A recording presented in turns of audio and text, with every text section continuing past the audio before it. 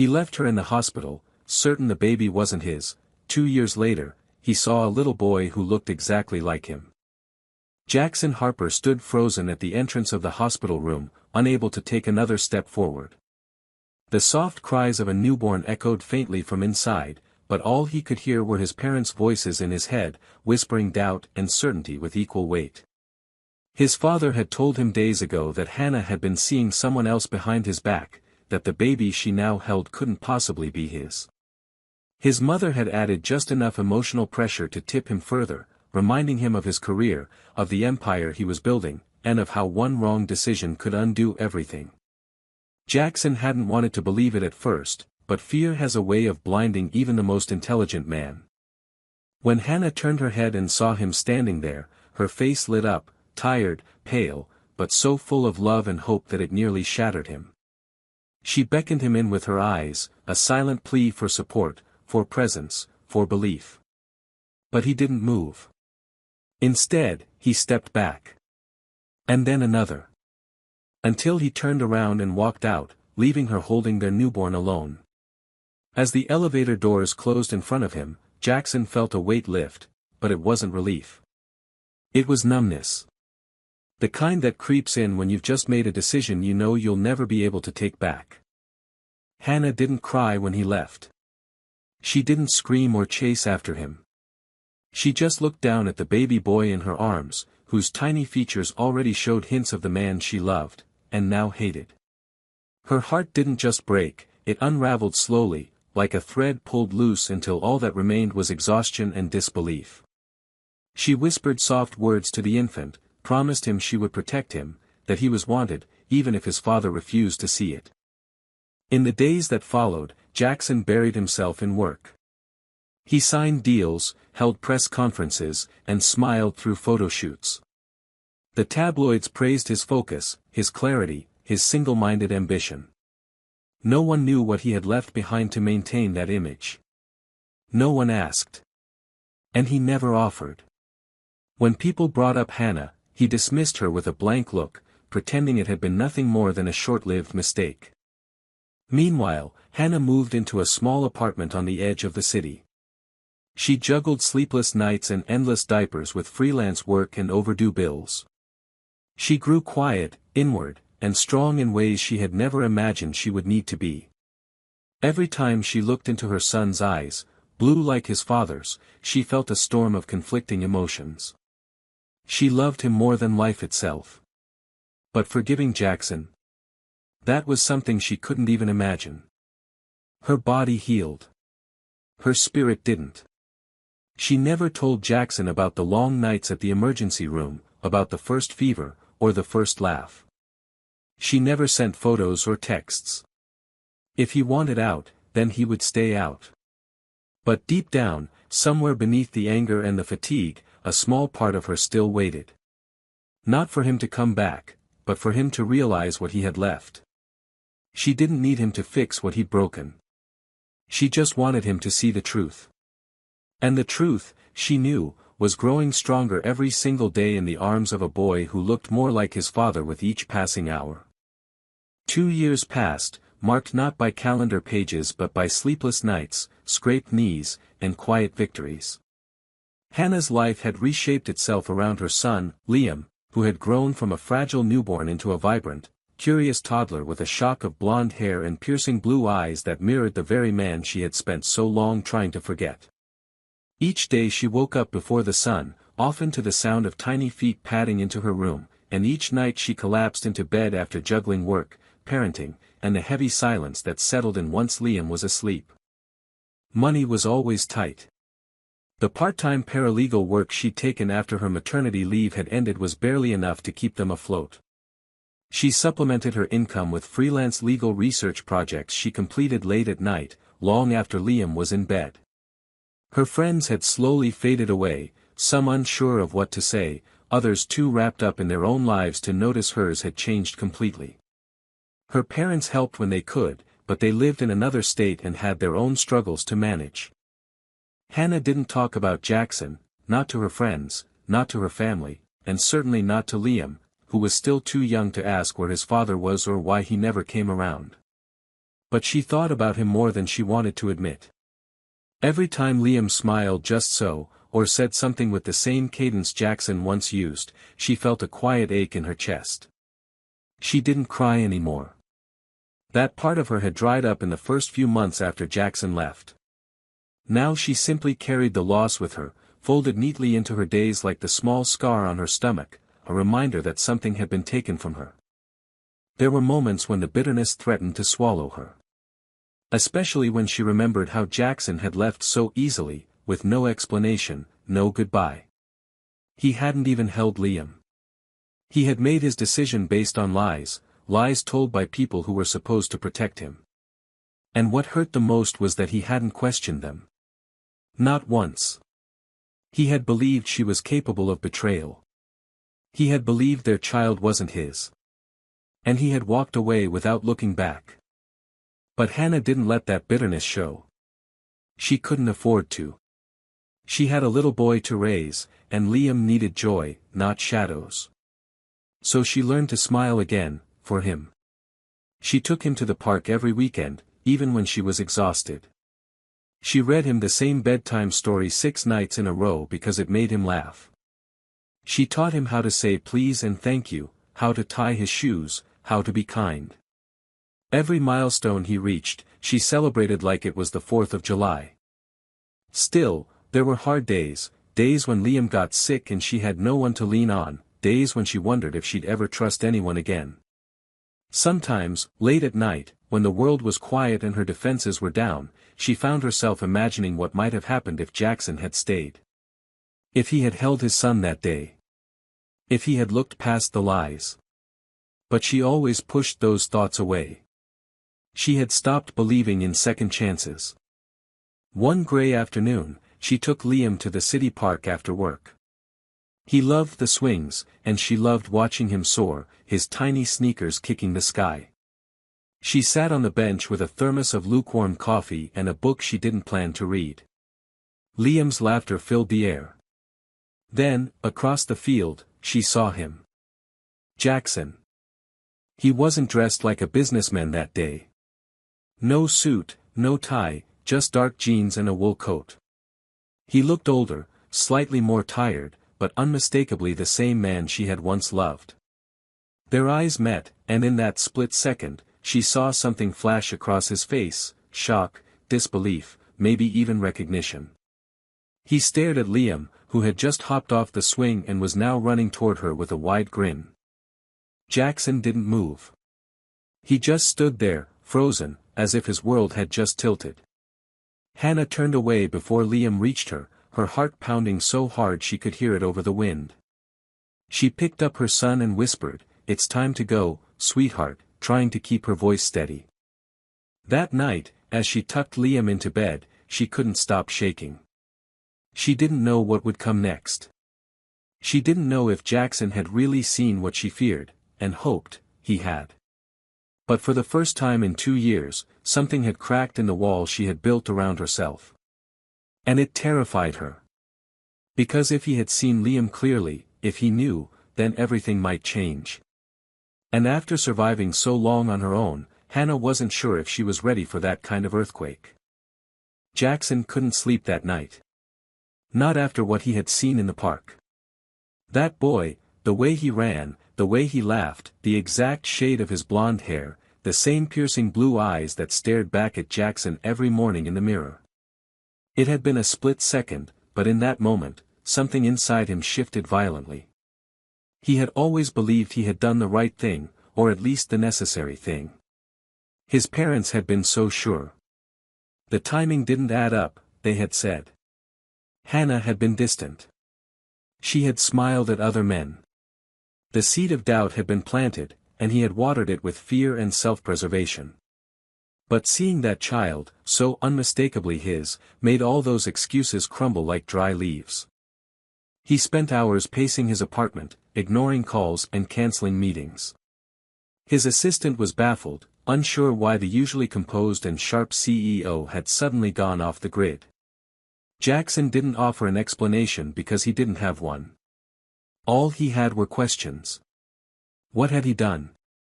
How had he allowed himself to believe such a lie? And most of all, what kind of man leaves his own child without even asking for the truth? By morning, the exhaustion wasn't just physical, it was soul deep. He sat at his kitchen table, staring at an untouched cup of coffee, thinking about the day he walked out of that hospital room. The image came back clearly, Hannah holding their newborn, her eyes full of quiet hope, and him walking away without a single word. He hadn't even looked at the baby. The shame was sudden and blinding.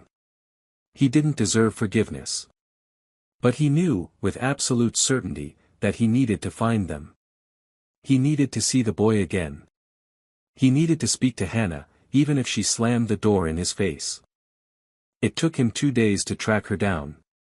She had moved, changed jobs, cut off most mutual contacts. But Jackson had resources, and with each new piece of information, his guilt only deepened. She had lived alone, raised their son with no help, not even child support, because she had never asked. She hadn't tried to punish him, hadn't exposed him in the media, hadn't demanded a thing. She had simply disappeared and endured. When he found the address, he sat in his car for almost an hour, watching the building from a distance. He saw her walk out with Liam, holding his tiny hand as they crossed the street. Liam was chattering excitedly, pointing at things only he could understand, and Hannah smiled at him with a tired tenderness that pierced Jackson's heart. He didn't approach them that day. He couldn't. He wasn't ready, and they didn't deserve to be ambushed. But he started coming back. Every day for a week, he watched from afar. Not because he wanted to invade their privacy, but because he needed to see who they had become without him. Liam was full of life, curious, joyful, fearless. And Hannah, she was no longer the soft-spoken girl he remembered. She was fierce now, focused, and radiant in a way that came not from ease but from survival. Jackson began to realize that by leaving her, he hadn't just missed out on his son's life, he had missed the chance to grow beside a woman who had become something extraordinary. The following week, he finally gathered the courage to speak to her. He waited outside Liam's daycare, timing it carefully. When Hannah emerged with Liam bouncing alongside her, he stepped out of the car slowly and approached. Her eyes locked onto his instantly, and her entire body stiffened. She pulled Liam gently behind her, protectively, like a reflex, and Jackson stopped several feet away, not wanting to cause more damage than he already had. "Hannah," he said, his voice dry from nerves. "Please don't walk away. I need to talk." She looked at him, eyes hard but unreadable. "There's nothing to talk about." "There is," he said quietly. "I saw him. I know. And I didn't know." She exhaled sharply, glancing down at Liam, who was tugging at her coat, unaware of the tension. "That's the problem, Jackson. You didn't want to know." He swallowed, unable to deny it. "I was wrong. They lied to me. My parents." "I don't care what they told you," she interrupted, her voice calm but shaking. "You left. You didn't ask. You didn't even hold him." The silence that followed was heavy. Jackson nodded slowly. "I know. I've lived with that every day since I saw him. I don't expect you to forgive me. But I had to come. I had to say it to your face. I'm sorry, Hannah. I was weak. I was scared. And I believed the wrong people. But he looks just like me. I saw it. I know he's mine." She looked away, eyes glassy, and knelt beside Liam, brushing a leaf from his coat. When she stood again, she didn't say anything for a long time. Then finally, "I don't know what you want from us. But if you're going to be here, really here, you don't get to disappear again." "I won't," he said quickly, too quickly. "You don't get to say that yet," she replied. "We'll see." And with that, she took Liam's hand and walked away, leaving Jackson standing in the chill of the evening, shaken but somehow lighter than he had felt in years. It wasn't hope yet. But it wasn't the end either. The days following their first conversation were fragile, suspended somewhere between uncertainty and quiet possibility. Jackson didn't press. He didn't call or show up unannounced. Instead, he waited, unsure whether he was respecting her space or simply too afraid to risk rejection again. He went back to his routines, but nothing felt the same. The boardroom lost its thrill. The applause at shareholder meetings sounded hollow. Numbers on screens meant little when he couldn't stop thinking about a boy with his smile and a woman who had once trusted him enough to carry their child alone. Hannah, meanwhile, couldn't stop replaying their encounter. She was angry, furious, even, but underneath the anger, there was a strange trembling, not of fear, but of something she didn't want to name yet. Jackson had looked lost, not rehearsed or manipulative. And most disorienting of all, Liam had liked him. He hadn't cried or hidden behind her. He had watched Jackson with open, innocent curiosity, and it haunted her. She wasn't ready to forgive him. She wasn't sure she ever would be. But she also couldn't deny the ache of watching her son unknowingly meet his father for the first time and not recognizing what he'd missed. The following weekend, Hannah sent a short message. It wasn't sentimental. It was careful and clear. If you still want to see him, come to the park at 11 on Saturday. Just you. Jackson stared at the screen for a long time before responding with a simple, "I'll be there." That Saturday, he arrived early. He wore jeans and a gray sweater, trying not to look like a corporate machine. He hadn't known what to bring, so he carried a small toy car Liam might like and a book tucked under his arm, something his mother used to read to him when he was small. When Hannah arrived with Liam bundled in a bright yellow jacket, the boy immediately ran toward the playground. Jackson didn't move, unsure if he was supposed to follow. Hannah stood beside him, arms crossed, not looking at him directly. "Thank you for coming," he said carefully. She nodded, eyes still tracking Liam. "I don't know what this is yet. I just thought, he should have the option to know you. That's it." "I don't want to confuse him," Jackson said. "I just want to be around. Even if it's just as a friend right now." "He doesn't need a friend. He needs a father. Someone who shows up and stays." "I want to be that." "I do." "Then don't say it," she replied. "Show it." Liam ran up just then, sand on his hands and a wide grin on his face. He looked at Jackson and pointed at the swings. "Push me." It was such a simple request, but it landed like a stone in Jackson's chest. He smiled softly and nodded. "Yeah, buddy. Let's go." They walked to the swing set together. Jackson gently helped Liam into the seat and began to push, not too hard, listening as the boy squealed with laughter. Hannah watched from the bench, arms still wrapped around herself, unsure what to feel. Part of her wanted to cry. Another part wanted to get up and walk away. But mostly, she just sat still, because for the first time since Liam was born, she wasn't doing this alone. Over the next few weeks, these visits became a pattern. Jackson came to the park every Saturday. He brought small things, snacks, toys, books, but more importantly, he brought time. He learned how to talk to Liam, how to match his rhythm, how to answer his endless questions. He never rushed. He never made promises he couldn't keep. And slowly, Hannah began to let her guard down, inch by inch. One afternoon, when Liam had fallen asleep in her lap under the sun, she looked at Jackson and asked, "Why didn't you question it? Why was it so easy to believe them?" He didn't dodge it. "Because I was scared. I was selfish.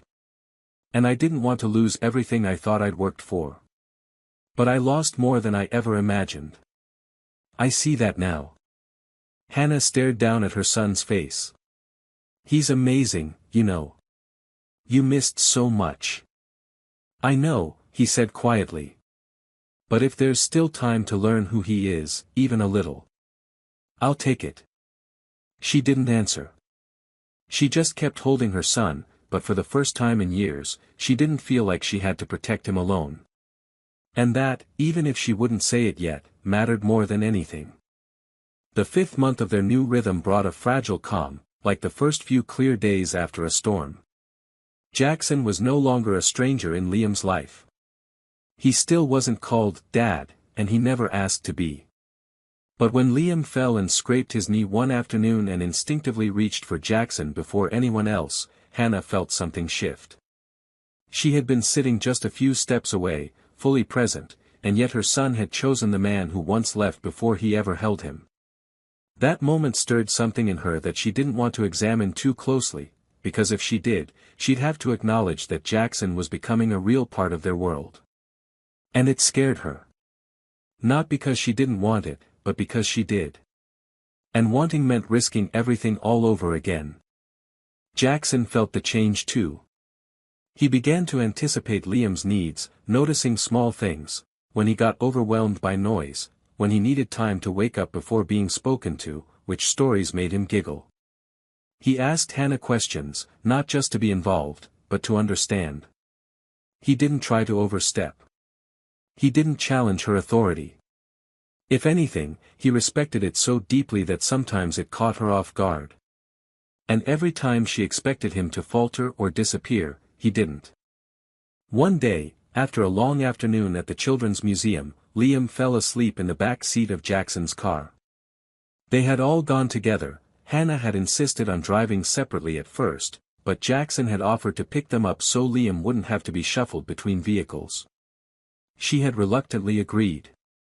After parking outside her apartment, they sat in silence for a while, neither wanting to wake the boy. "Do you ever think," Jackson said softly, not looking at her, "about how different everything could have been if I'd just stayed that night?" Hannah didn't answer right away. She traced a circle on the condensation forming on the window. "Sometimes. But mostly I try not to. What good would it do?" "I think about it all the time," he admitted. "About how I let fear make a decision that cost me everything." Hannah turned slightly in her seat. "You're here now. And he's lucky. But I can't go back and erase those years. I can't unfeel what I went through." "I'm not asking you to," Jackson said. "I'm not here for you to forget. I just want to be worthy of being part of what comes next." Hannah sighed and looked back at her son. "He's everything to me. You hurt both of us, even if he doesn't know it yet." "I know," Jackson said. "I live with it every day. But I'll keep showing up, even when it's hard, even if I don't get everything I want. Because he deserves a father, and you deserve peace." That night, after she carried Liam inside and tucked him into bed, Hannah sat on the couch and let herself cry for the first time in months. Not because she was broken, but because part of her, just a sliver, was beginning to hope again. And that kind of hope is the most terrifying kind of all. As the weeks passed, Jackson began helping in more practical ways.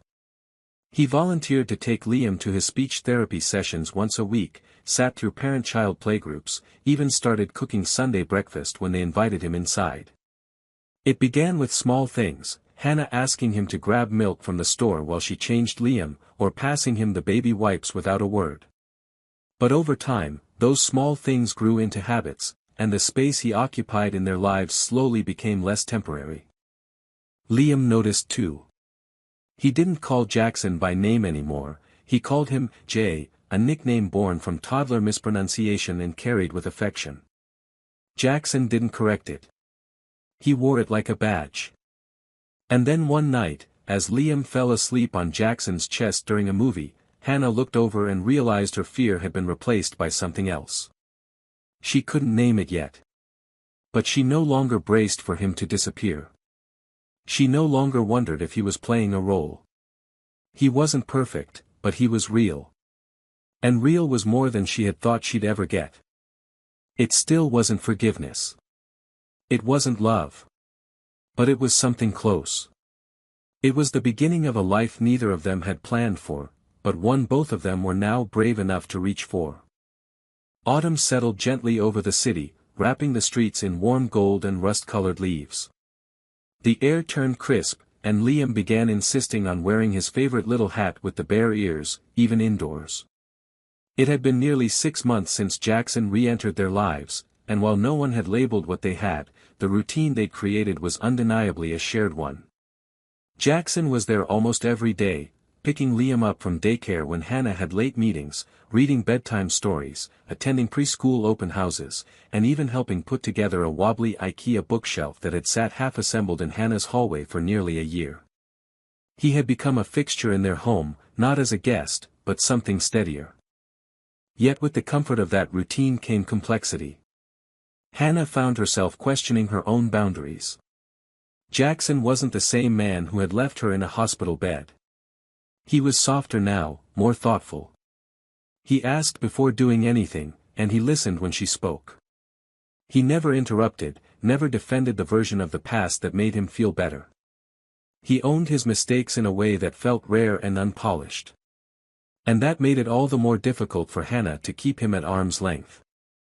One Thursday evening, after a long workday, Hannah came home to find Jackson and Liam in the kitchen. They were making pancakes for dinner, batter everywhere, flour on the counters, Liam's face streaked with maple syrup and pride. It was chaotic, but it was beautiful. Jackson looked up, a little sheepish, and said, "We got hungry, and someone wanted to help." Hannah didn't scold them. She just laughed, a soft sound that surprised all three of them. That night, after Liam was in bed, she poured 2 cups of tea and sat across from Jackson at the kitchen table. They talked about nothing for a while, about her annoying coworker, about a weird ad Jackson saw on the subway, about what Liam had learned at preschool that week.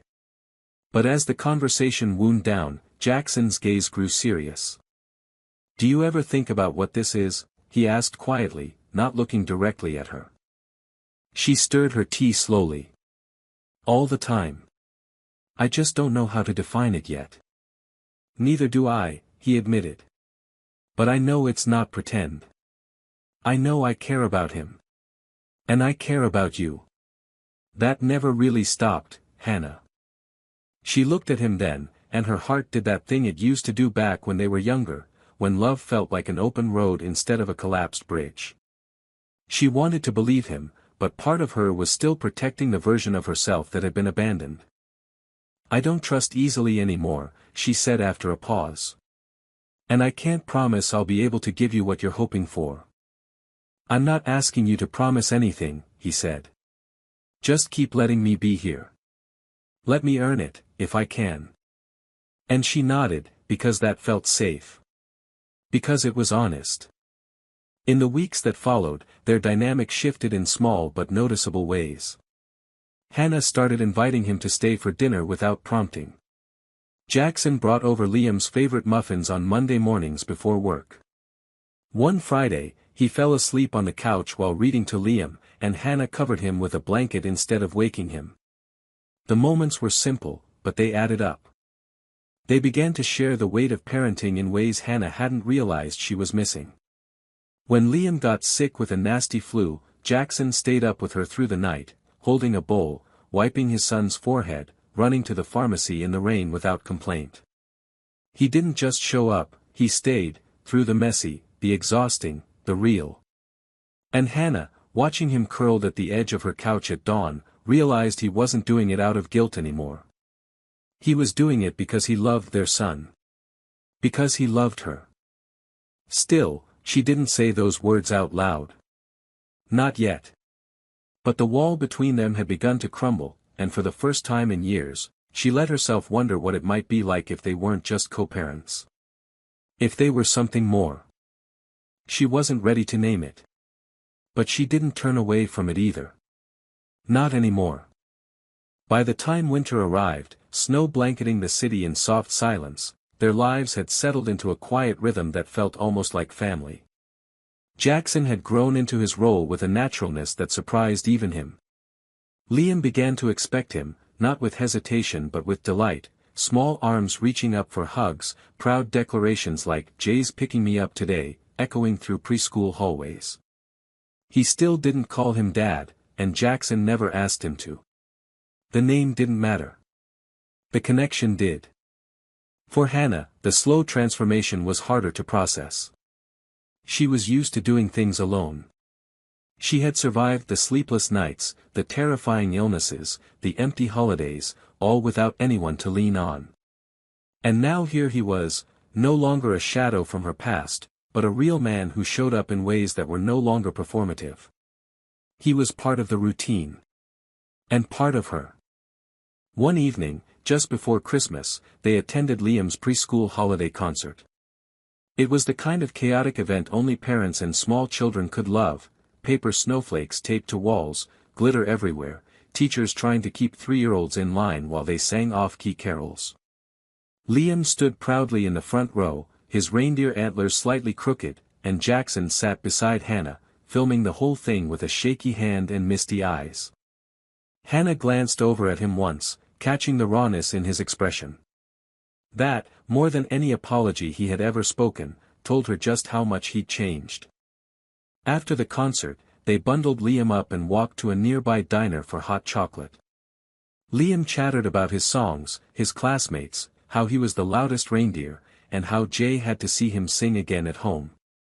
Hannah smiled through it all, sipping her cocoa, occasionally brushing snow from Liam's eyelashes. It was simple. It was ordinary. And that scared her more than anything. Because simplicity was the one thing she'd never had with Jackson before.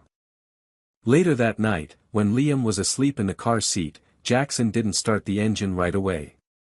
They sat in silence, the windows fogged slightly from their breath. "I never thought I'd get to have this," he said, not looking at her. "This?" Hannah asked, her voice quiet. He nodded.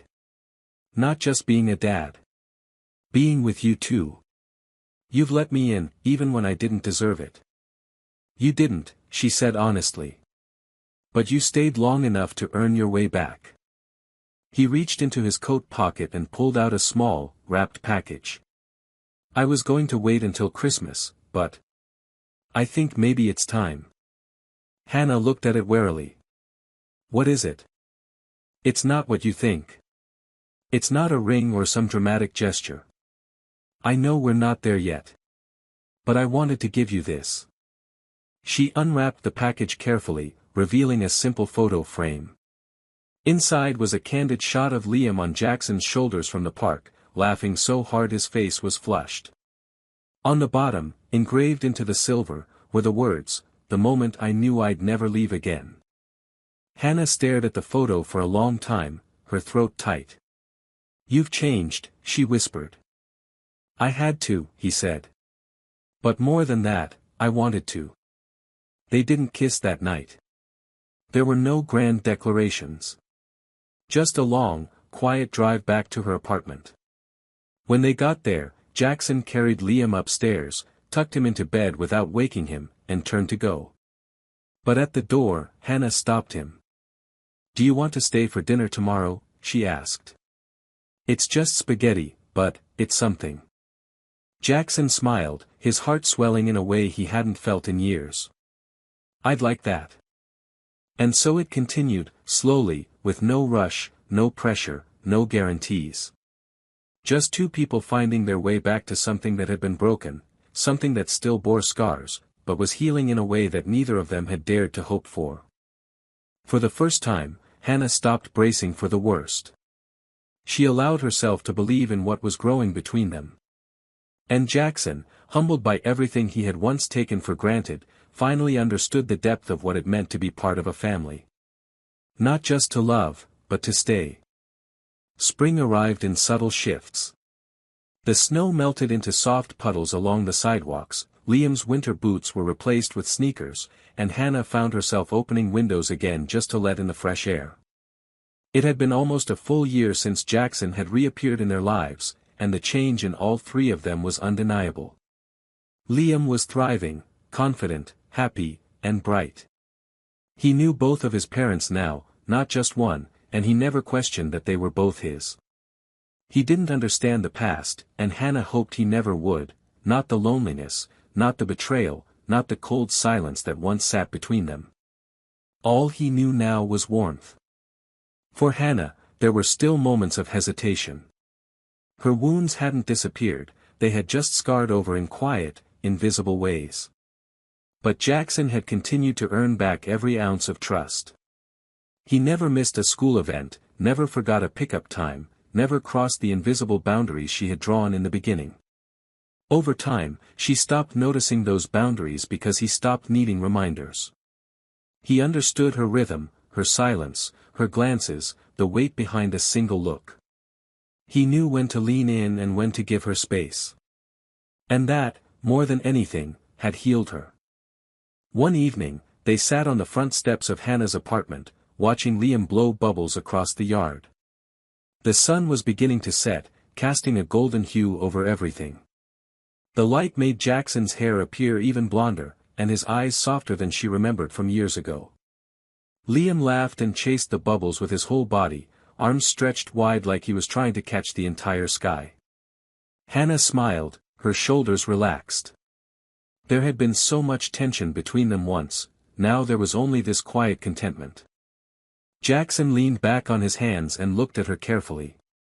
You know, I used to think my whole life was about achievement. The next big deal, the next title, the next headline. But none of that ever felt like this. Hannah turned to him, her expression open.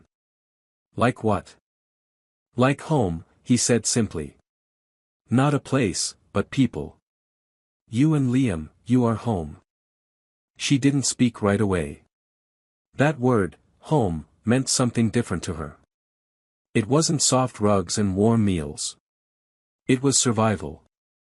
It was long nights alone with a baby and no answers. But she understood what he meant. Because lately, she'd begun to feel the same. The three of them, imperfect, patched together, they had built something strong.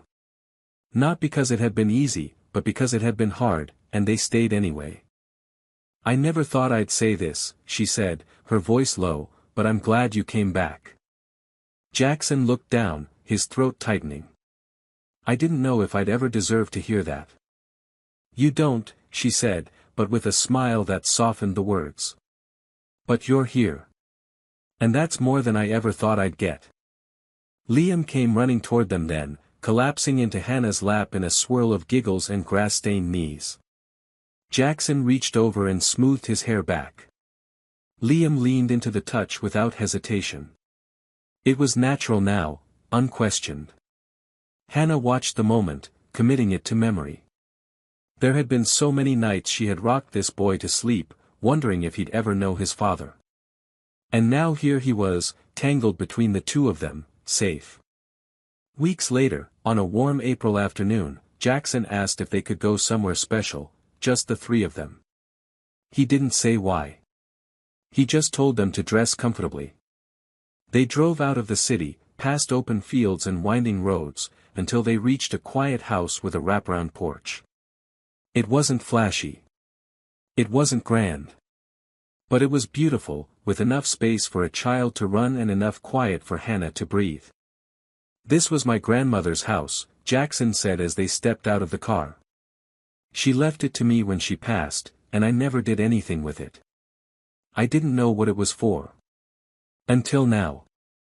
Liam ran through the tall grass like it was his private kingdom. Hannah walked the perimeter slowly, taking it all in, the old swing set, the ivy creeping up the porch, the steady breeze.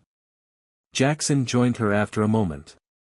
I'm not asking for anything, he said, his voice careful. But I wanted to show you this. Because I want to build a life. Not just moments, not just weekends. I want the whole thing. Hannah looked at the house again, then at him. There was no fear in her this time. No suspicion. Just the quiet certainty that came from time, consistency, and love that had been tested and proven real. I don't know what the future looks like, she said. But I'm not afraid of it anymore. He reached for her hand. She let him take it. And in that small moment, under the open sky, with their son's laughter echoing from the trees, what once had broken between them was whole again. Not perfect, not untouched, but whole. And that was enough to begin forever. The ending of this story is powerful because it doesn't rely on dramatic twists or over-the-top redemption. Instead, it leans into something far more meaningful, the quiet rebuilding of trust. Jackson doesn't magically fix everything, he learns to show up, to listen, and to take responsibility. And Hannah, despite everything, allows herself to heal at her own pace, without rushing forgiveness. That feels honest. What makes the ending beautiful is that it's not about returning to who they were before, it's about becoming something new. The boy at the center of it all, Liam, is the thread that ties them together, not just biologically but emotionally. Through him, they both grow into the kind of people they probably never would have become on their own. It's a happy ending, but not an easy one. And that's why it feels earned.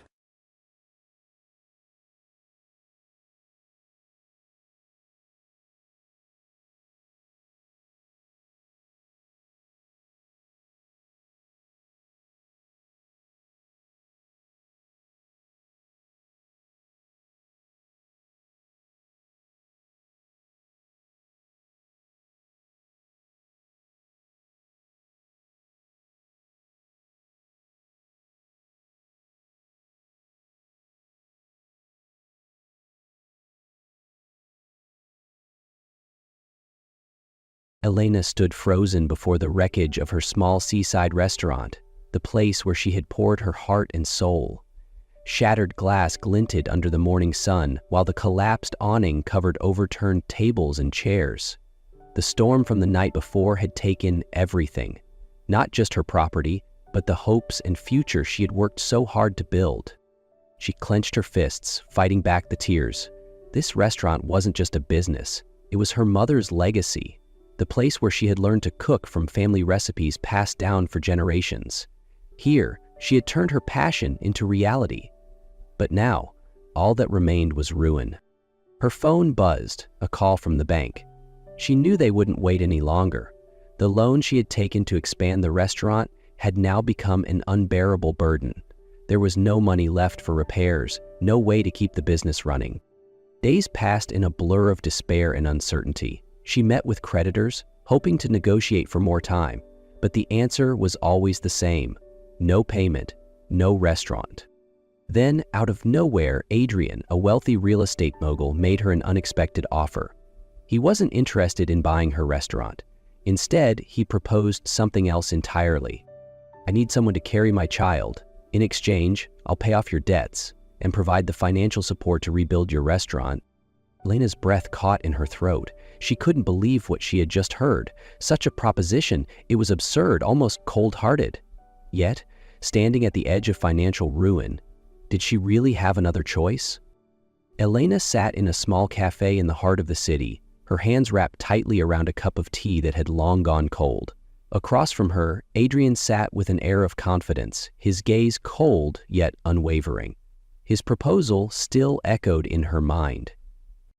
"Are you really serious about this?" she asked, her voice laced with disbelief and hesitation. Adrian nodded without hesitation.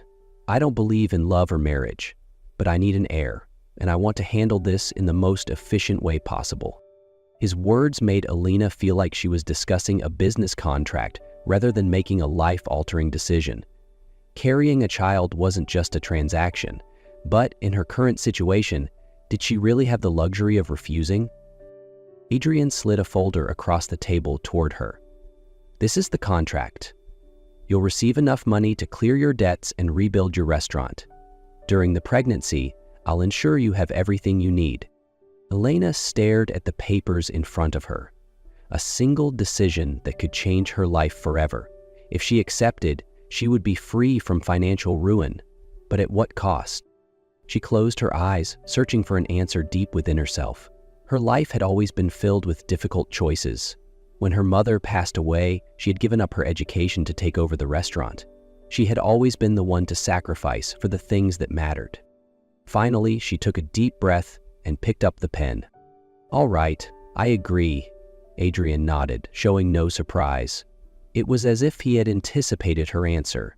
He retrieved the contract, his piercing gaze flickering with something unreadable. "Elena, from now on, you'll be living in my estate. I want to ensure the child receives the best care possible." Elena stiffened.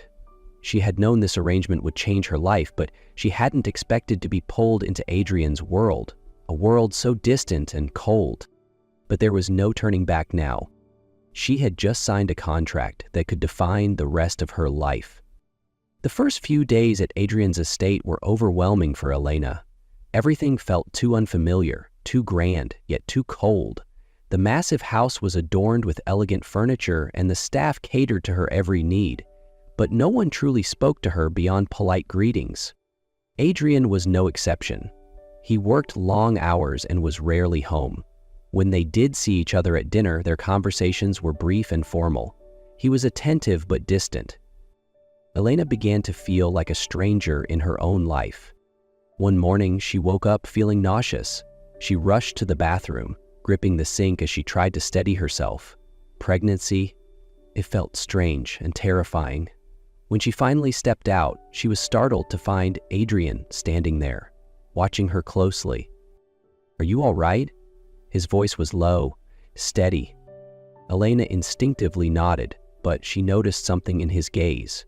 Concern. It surprised her. "I'll call the doctor," Adrian stated, leaving no room for argument. From that day on, Adrian's behavior began to shift. He was no longer just the man behind the contract. Each morning, he asked how she was feeling. If she craved something, he made sure the chef prepared it immediately. Once, as she was descending the staircase, she lost her balance for a second. Before she could fall, Adrian caught her, his hands gripping her tightly instinctively. In that fleeting moment, Elena felt a warmth, a sincerity he was trying to hide. And that scared her. She didn't want to hope. This was just an arrangement, not a love story. Adrian felt it too. He was giving Elena more attention than he had ever intended. He reminded himself that this was just a transaction, yet every time he saw her, feelings he never expected started to emerge. One evening, as Elena sat in the garden staring at the stars, Adrian appeared beside her. "Do you regret it?" he asked. Elena was silent for a long moment before she finally whispered, "I don't know. I'm afraid I'm starting to feel things I shouldn't." Adrian didn't respond right away. He watched her intently as if struggling with his own thoughts. They both knew things were changing, but were they ready to admit it? Time passed and Elena's belly grew with each passing day. She could no longer deny that the baby inside her wasn't just part of a contract. It was part of her. She felt every tiny kick, every small movement, a constant reminder that this was real. One late afternoon, as Elena sat in Adrian's office, flipping through a book on newborn care, Adrian walked in. "What are you reading?" he asked, settling into the chair across from her. She hesitated before looking up at him. Slowly, she placed a gentle hand on her belly, a soft smile playing on her lips. "I was thinking about a name for the baby." Adrian raised an eyebrow. "What name do you have in mind?" She paused, then murmured, "I want something that means hope." Adrian fell silent for a moment. Then, in a voice unusually warm, he said, "Luca, it means light." "What do you think?" Elena blinked in surprise. She hadn't expected him to care about something like this.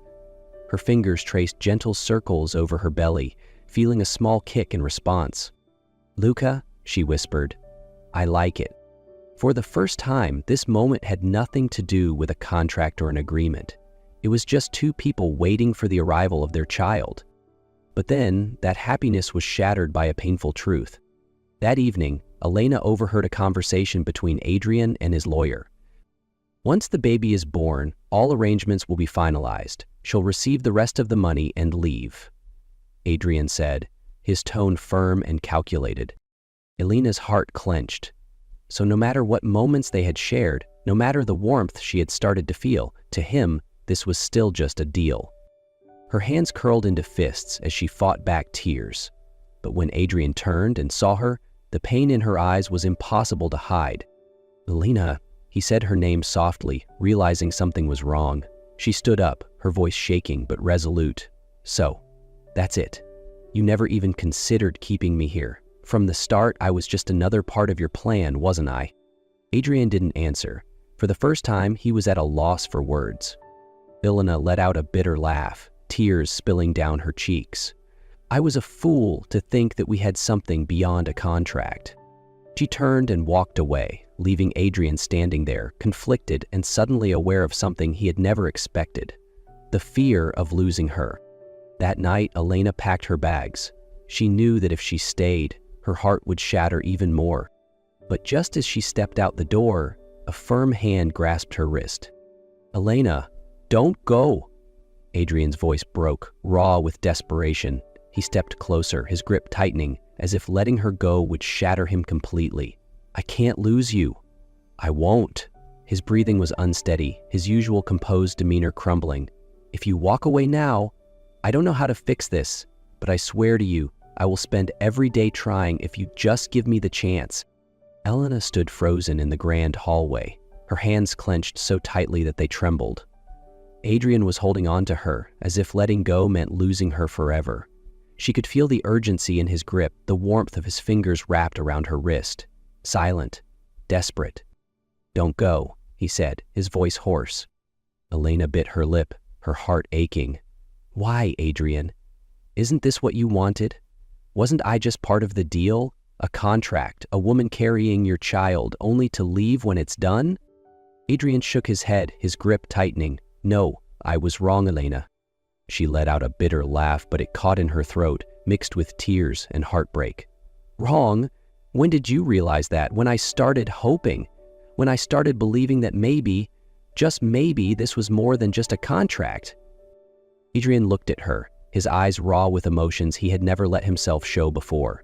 For the first time, the cold and distant man looked afraid of losing her. "The first time I saw you place your hand on your belly and smile when you felt the baby kick," he whispered, his voice shaking slightly, "the moment you talked about naming him, something inside me changed. I told myself it was just responsibility, just part of the deal. But every time I saw you laugh, every time I heard you talk to our son, I felt something I didn't understand. And it terrified me. Because for the first time in my life, I wasn't in control. I wasn't just protecting an heir. I was protecting the only family I have ever truly wanted." Elena froze.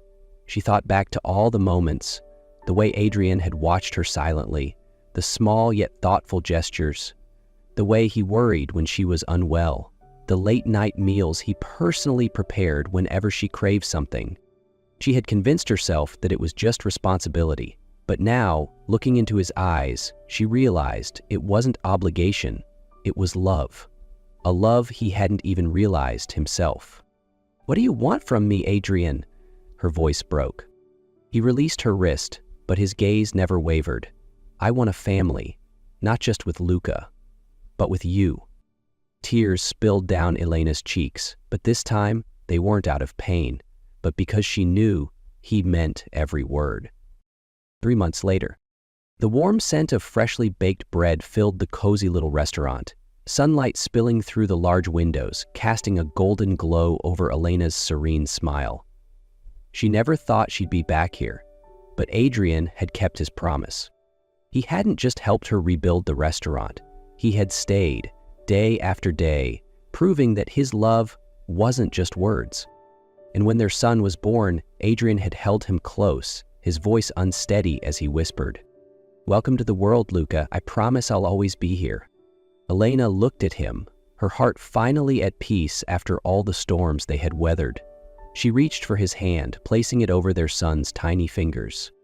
For the first time, they weren't two strangers bound by a contract. They were a family. 3 months later, Elena's life had completely changed. She didn't just have a new restaurant, she had a man who would do anything for her and their son. Adrian was no longer the cold man he once was. He cared for Luca, stayed by her side every day, proving his love not just through words, but through actions. But despite everything, Elena still hesitated, afraid that one day all of this might disappear. But Adrian never gave up. One evening, he took her to the beach, where the moonlight shimmered over the waves. They walked together in silence, enjoying the peaceful night, until Adrian suddenly stopped and turned to her. "Elena," he said softly. She looked up at him, her heart pounding when she saw him kneel down on one knee, holding a sparkling ring. "You changed me, Elena," Adrian said, his voice deep with emotion. "I used to think I didn't need anyone, that love was a weakness, but then you came into my life, and you made me see that love isn't weakness. It's what makes life worth living. I don't just want a child. I don't just want a deal. I want you, every part of you, forever." Elena's breath hitched. The man who once saw her as nothing more than an agreement was now baring his soul to her. Her heart swelled with emotions too strong to contain. This wasn't a contract. This wasn't a deal. This was love. Elena held her breath, her eyes shining with unshed tears. "Marry me, Elena, not because of a contract, but because I love you. More than anything."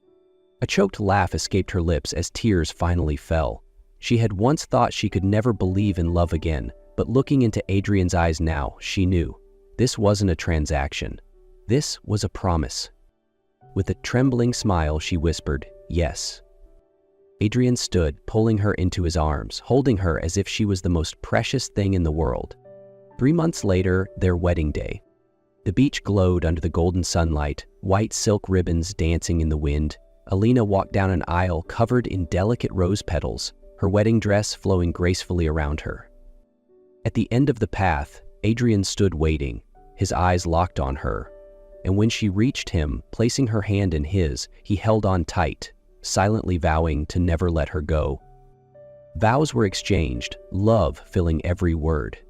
As Adrian leaned down to press the first kiss upon his wife's lips, applause and cheers rang out. From a distance, little Luca, cradled in the arms of his babysitter, giggled happily as if he too understood the joy of the moment. They were no longer just a couple. They were a family. 1 year later, the sun bathed their small garden in golden light as Elena played with Luca, the little boy now running with wobbly steps, his laughter ringing through the air. Her restaurant flourished, their home was filled with love, and happiness surrounded them.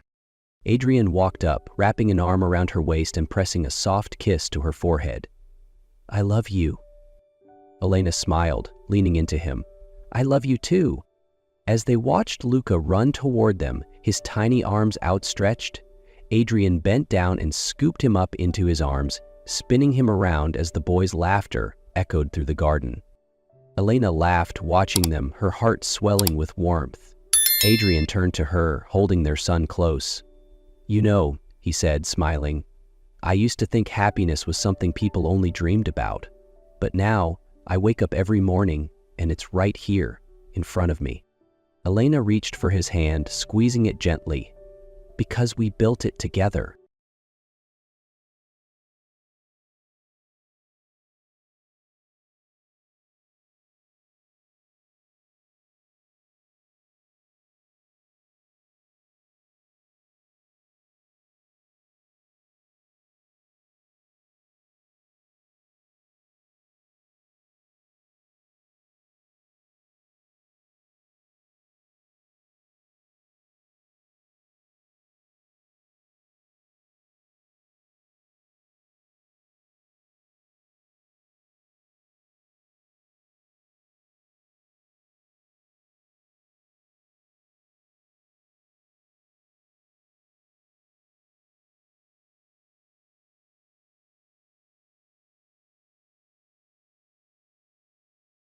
Adrian Carter, a man of wealth and power, stood on the balcony of his luxurious suite, his eyes fixed on the horizon where the sun was slowly sinking into the sea.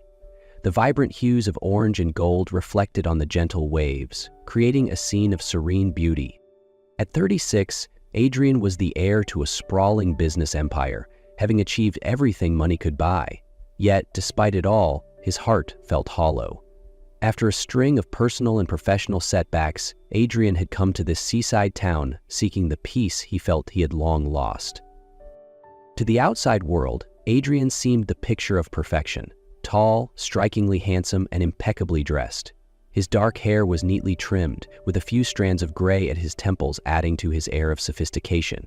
But beneath the polished exterior was a man wrestling with his own sense of purpose. He had no idea that this trip would change his life forever.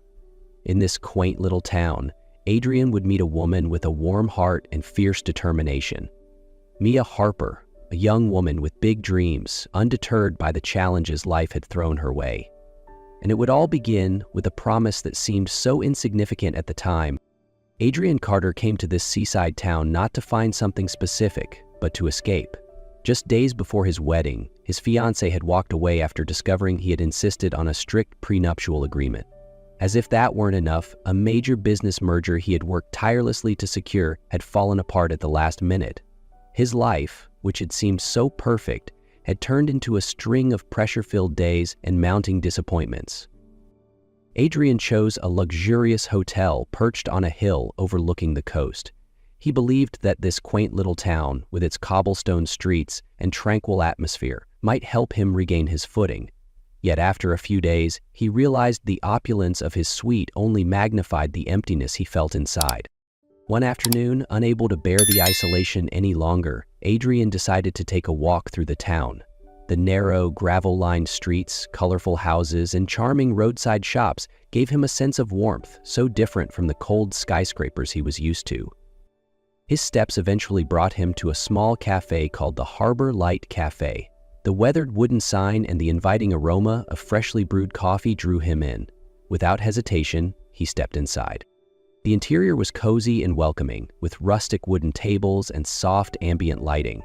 Behind the counter, Mia Harper was smiling warmly as she served an elderly customer a cup of coffee. Her auburn hair was tied back in a loose ponytail, and her hazel eyes sparkled with kindness.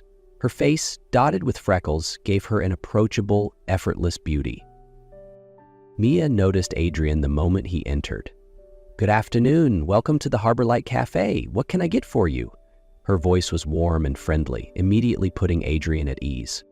"I'll have an espresso, and maybe, could you recommend something special?" Adrian asked, trying to mask his awkwardness. Mia's smile grew wider as she responded, "Apple pie just came out of the oven. It's the house specialty." "Sounds perfect," Adrian replied, finding himself smiling as he watched her prepare his order. In the days that followed, Adrian found himself returning to the Harbor Light Cafe more often than he'd planned. Initially, he convinced himself it was because of the excellent coffee and relaxing atmosphere, but deep down, he knew the real reason: Mia. Each time he visited, their conversations grew longer. What started as polite exchanges evolved into deeper discussions. Mia shared funny anecdotes about the cafe's eccentric customers, stories from her small-town life, and most importantly, her biggest dream: to open a literary-themed cafe where people could unplug from technology and reconnect with inspiring books. Adrian, a man who had spent his life in sleek boardrooms and glamorous events, was surprised by how much peace he found in Mia's presence. She had a way of making him forget his troubles and feel grounded in a way he hadn't experienced in years. One evening after her shift, Mia agreed to take a walk along the beach with Adrian. The moonlight shimmered on the water, creating a magical backdrop. The sound of the waves blended with Mia's laughter as she recounted her failed attempts at baking. In that serene moment, Adrian felt safe enough to express thoughts he had kept locked away. "Sometimes I wonder if all of this was worth it," he admitted, his gaze fixed on the horizon. "I've spent my entire life building a career, making money, but in the end, no one really cares about who I am, only what I can offer." Mia stopped walking and turned to him, her hazel eyes filled with understanding. "I get that. It's hard to find genuine connections these days, but I believe they're out there. Sometimes they come from the most unexpected places." Her response felt like a balm to Adrian's soul. In a sudden burst of emotion, he laughed and said, "If we're still single a year from now, I'll marry you." Mia looked at him, surprised, before breaking into a soft laugh. "A year is a long time, Adrian. Who knows what could happen?" "True," he replied with a smile, "but maybe it's enough time to figure out if this," he gestured between them, "is real." Though it was spoken lightly, both of them felt a shift in the air. Under the glow of the moon and the rhythmic sound of the waves, a seed of hope was planted, a possibility neither dared to examine too closely just yet. Back in his usual life, Adrian was quickly swept up in the relentless pace of his demanding routine. Long meetings, endless business trips, and family pressures left him with little time to reflect. His mother, a polished but ambitious woman, constantly pushed him to settle down. She arranged dinners and events, always ensuring Adrian was introduced to women she deemed perfect. One of them was Claire Morgan, a talented and ambitious fashion designer. Claire was intelligent, beautiful, and ticked every box on his family's list of what an ideal partner should be. During a candlelit dinner at an exclusive restaurant, Claire charmed him with her wit and elegance. But as Adrian glanced at the menu with its pretentious dish names, he suddenly thought of Mia's bright smile as she spoke passionately about her freshly baked apple pie. That memory brought an involuntary smile to his face, and at that moment, he knew his heart had already chosen long ago. Meanwhile, Mia was facing her own challenges. While her work at the cafe was rewarding, it was also exhausting. Her parents, concerned about the uncertainty of her career as a waitress, urged her to abandon her dream and pursue something more stable. However, her conversations with Adrian had lit a fire within her. She began researching business plans, studying management, and even scouting potential locations for her literary-themed cafe. During this time, Mia met Ryan, a high school literature teacher in town. Ryan was kind, shared her love of books, and fully supported her dreams. For a while, Mia allowed herself to imagine a future with him, safe, stable, and comfortable. But every time Ryan invited her out for dinner or a walk, she felt an inexplicable hesitation. One starry night, as Mia walked along the same beach where she and Adrian had once talked under the moonlight, she admitted to herself that her heart still belonged to the mysterious man who had entered her life like a whirlwind. The short messages they had exchanged, the memories of their time at the cafe, and the half-furious promise echoed in her mind. Adrian felt the same. Between grueling meetings and glittering parties, he often found himself yearning for the simplicity and warmth that Mia had brought into his life. The connection he had with her hadn't faded.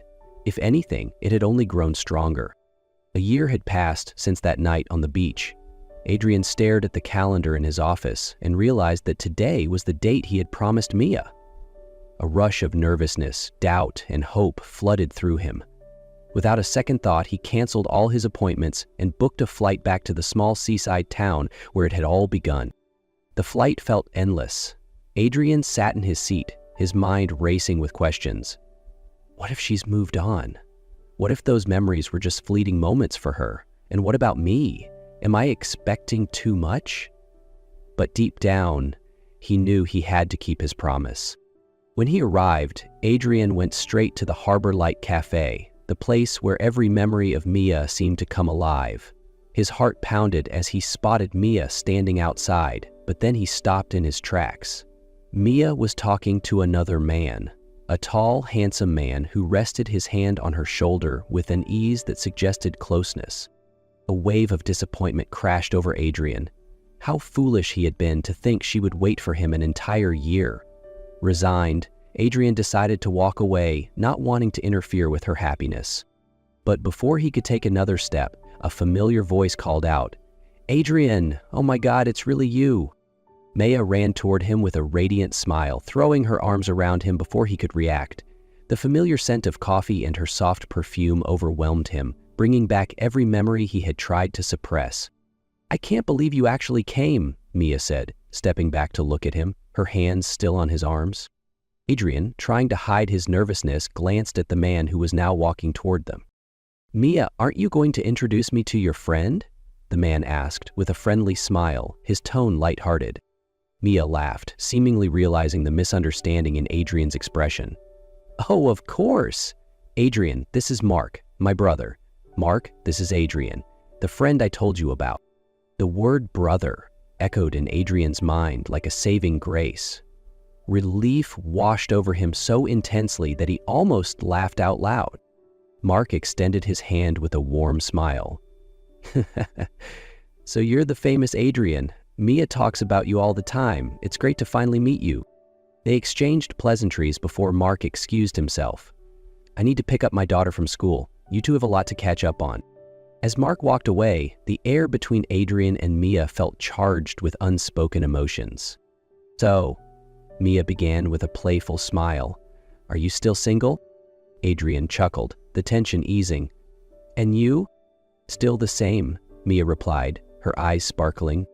They stood there, looking at each other for what felt like an eternity, emotions flowing freely between them.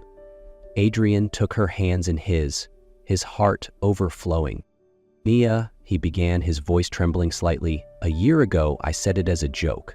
But the truth is, from the moment I met you, my life changed. I've spent this entire year thinking about you. I don't want to spend another day without you by my side." Tears glistened in Mia's eyes as she smiled brightly. "I feel the same, Adrian.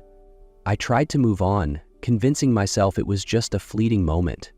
But nothing compared to what I felt with you." Adrian pulled her closer, their faces inches apart. "I came here to keep my promise," he whispered, "and I'm not leaving without you."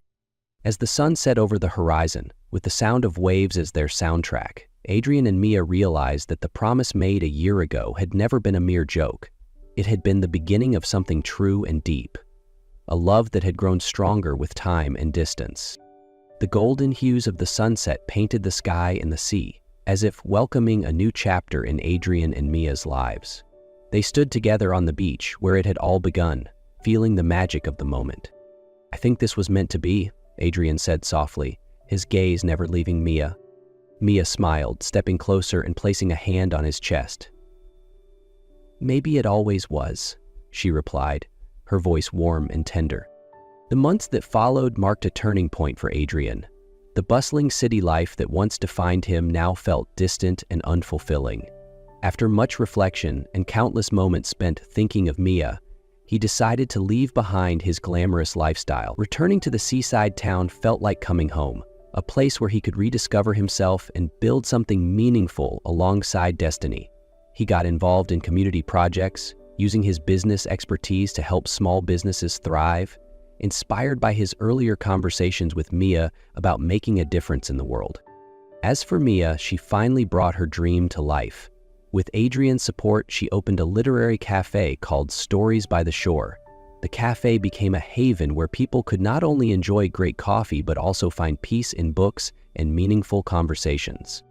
One morning at the cafe, Mia watched Adrian sitting by the window, sunlight streaming onto his face as he immersed himself in a book. She smiled softly, realizing that every struggle, every moment of waiting, had been worth it. They both knew that their love wasn't a fairy tale, but rather a journey, one filled with challenges yet brimming with purpose. The promise they had once made, which had seemed like a simple joke, had become a heartfelt vow, a promise kept with all their hearts. As the last rays of the day faded into the horizon, Adrian took Mia's hand, smiled, and said, "We made it." Mia looked at him, her eyes full of hope and love. And this is only the beginning. Adrian knew he didn't want to just walk beside Mia in life. He wanted her to be an inseparable part of his world, forever. The thought of proposing to Mia had been on his mind since the day they started building a new life together. But he wanted the moment to be perfect, a memory they would cherish for a lifetime. One warm afternoon, under the soft glow of the setting sun, Adrian brought Mia to the same beach where they had made their fateful promise. The breeze played with her hair, and her radiant smile made Adrian's heart swell with love. Taking her hand gently, Adrian looked deep into her eyes. "Mia, you've changed my entire world.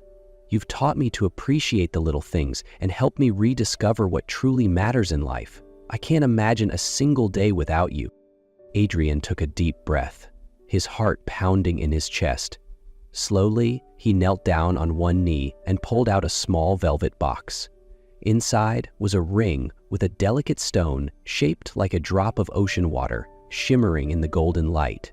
His voice trembled slightly as he said, "Mia Harper, will you marry me?" Mia's hands flew to her mouth, her eyes brimming with tears. "Adrian, yes, I will." She laughed and cried at the same time, her heart overflowing with joy. Adrian stood and wrapped her in his arms as the waves seemed to cheer them on.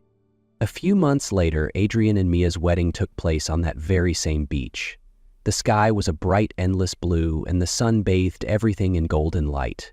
Rows of chairs were adorned with wildflowers, simple yet elegant, perfectly reflecting the warmth of the occasion. Mia walked down the aisle, arm in arm with her father, wearing a flowing white dress with delicate details resembling the waves. Adrian stood waiting at the end of the aisle, dressed in a simple yet elegant suit, his eyes never leaving hers. As they exchanged bows, Mia whispered, "You kept your promise for a year, and I know you'll keep it every day after." Adrian smiled, holding her hands tightly. "Every day with you is a promise I'll gladly keep." After the wedding, Adrian and Mia embarked on a new chapter of their lives filled with love and joy. Together, they ran the cafe Stories by the Shore, turning it into more than just a place for coffee. It became a hub where people found connection, inspiration, and warmth. Adrian found fulfillment in supporting community projects, while Mia continued to inspire others with her passion and drive. They often spent quiet afternoons on the beach, talking about their dreams for the future and cherishing what they had built together. One evening, as the sunset painted the sky in hues of pink and purple, Adrian turned to Mia, his eyes filled with emotion. "I used to believe my life was all about work and success," he said softly, his voice tinged with wonder. "But then you came along and suddenly everything made sense. You are, without a doubt, the best thing that's ever happened to me." Mia smiled, resting her head on his shoulder. "And you are the reason I believe every dream can come true." Under the stars, with the waves whispering blessings around them, Adrian and Mia knew that true happiness wasn't found in grandeur, but in the little moments of love and gratitude they shared every day.